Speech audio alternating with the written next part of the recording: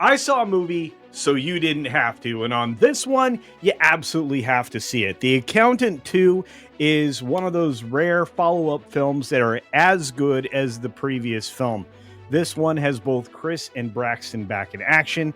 It brings back Agent Medina. It brings back our favorite Spider Man boss, except playing Ray King this time. That's right, J.K. Simmons returns for the beginning of the film. In fact, this film has it all dialed in. There are stakes and there are reasons for you to care. And I can't wait to share, so let's get to it. Here we go. How are you? I just love accountants. Reasons to care. That's the important part of this one, because normally a sequel isn't quite as good as the previous film, as I mentioned before. This one you're going to care about because it starts out with characters you care about. Not only that, you get Braxton to join in really early, unlike the previous film. How about just call it? How have you been? Merry Christmas. Happy birthday. But it's not your birthday. Birthday's November 11th. Unbelievable. He is, well, the same guy he was. Chris is the same guy he was. And Medina is the same girl that she was. But there's new characters here, and they're super fun. I'd like to have someone check in on. Yeah? Yes. Well, get a dog. It turns out there's still more criminal conspiracies to dive into. Not only a mystery, but, well, kind of a revenge plot as well. Do you know what acquired savant syndrome is? There are moments that have you worried about your favorite characters, and that's what good filmmaking is. The story is compelling beginning to end, and while this movie is longer, it's, well, better. Maybe not better, better strong. It's very good. Equal to the first, maybe, well, You're a cat person. There's nothing wrong with that. maybe a little better. I don't know. It's just, I got out of the movie and I felt jazzed and excited enough to record this. Now, I'm going to jump ahead and tell you my rating is going to be higher than you probably expect, but it's still going to be lower than the top end. And you're going to want to stick around because you're going to want to hear the reasons why. Who are you? I am Mary Beth Medina, Deputy Director, Financial Crimes Enforcement. Fed.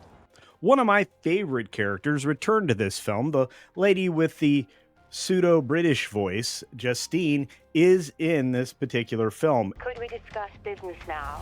Go. Except she comes with a little more firepower, and you're going to want to watch the movie to understand what I'm talking about. Not only that, the nuanced character that Ben Affleck was able to play with Chris from the first film, he really did deliver the same character. It's just a little more grown up, a little older, a little wiser, and maybe a little more worldly. And it starts out with a lot of humor, you know, outside of the beginning of the film, which is a little rough. You kind of get into where Chris Wolf happens to be in his life and what he's looking for and how he actually games the system. Algorithm.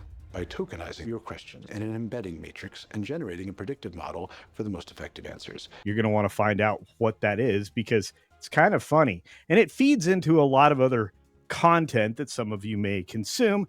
A little bit of a red pill moment or a manosphere moment, if you will. In a lot of ways, Chris is built to take advantage of the systems because really, he's just a master at breaking it down.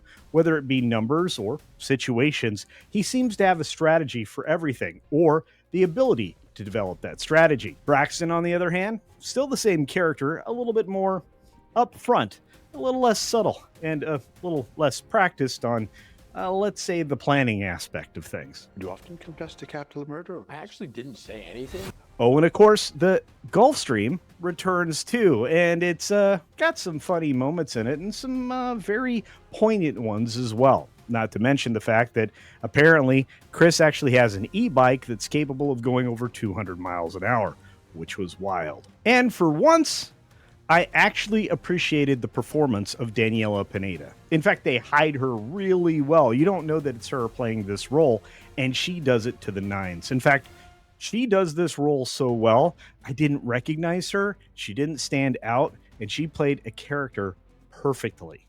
I think a lot of you will have some things in common with Inez, or Inez, I'm not sure how to say it. Now, as far as the ratings, I've seen them all over the place, and while I respect everybody's opinion out there, well, not everybody's, but most people's, I would say that it's getting a fair reception, at least as far as IMDb, Rotten Tomatoes, and other places as well. I don't think Metacritic really factors in at this point because I don't think that many people have seen the film, considering this was the preview day. You're watching this on Friday morning, I hope, and you're finding that these scores are going to continue to either improve or stabilize over time. And look, if you're going to spend the money to go and see this, whether it be a matinee show for $7 to $12 or you're going to go see it for full price, it's definitely worth any showing you can get with the best sound and largest screen you can see.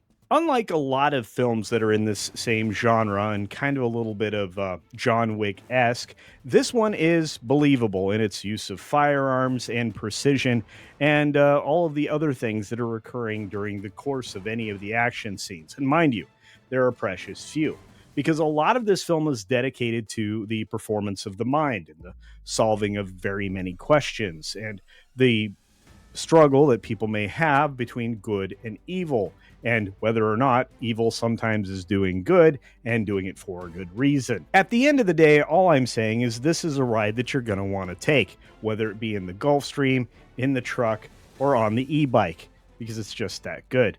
The suspense is fantastic, and again, you're going to care. These characters get into dangerous situations that you're not sure what the ultimate result is going to be. And now, I won't make you wait any longer. We're going to jump into the ratings. Let's start first with the crude one, the 1 out of 10 scale that I may not prefer because, well, it's just kind of, too broad ranging and doesn't tie you down to something.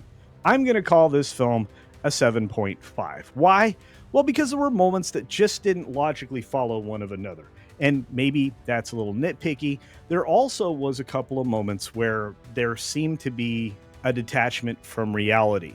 And when I say that, I'm not talking about the action scenes or anything else, and I'm not talking about any girl boss moments. I'm talking about the feasibility of walking away from a bar fight or some other situations that certainly would have law enforcement involved rather quickly. Conversely, let's get to the 5-star rating, the thing that I'm more comfortable with using, unless I'm on Critic List, where I guess this film would qualify for rad. But you'll see that over in that particular review that I'll do sometime on Saturday. Out of 5 stars, this thing is a solid 4. I know that doesn't seem to line up with my 7.5 on the 10-point scale, but there's a reason for that. Those other elements just didn't really factor into that 5th star, and they certainly didn't make this thing less worth going to see. And that's a pretty high rating for me at a solid 4, so maybe this is a film you should go see, especially if you like the first Accountant movie, which also had a little strange, little quirky love story, which this one doesn't seem to have. But it does have a lot more Braxton in it, and it has a lot more exchanges between the brothers that I think are just a valuable part of this storytelling.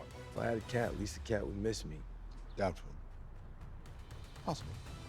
So with that, I leave it up to audience participation. That's right, that's you. In fact, if you've seen this movie already or you're considering going to see it, let me know in the comments section down below. If you've already seen it, I really want to know your opinions and ratings as well. And if you're going to see it, is it because you've heard good things? Have you seen some good reviews? Have you watched videos like this one? Or did this video do it for you? Convince you to go and see it? Because hey, everybody likes to get their ego stroked, even this guy. On that note, be sure to take care of yourself, take care of others, and until next time, see ya for real.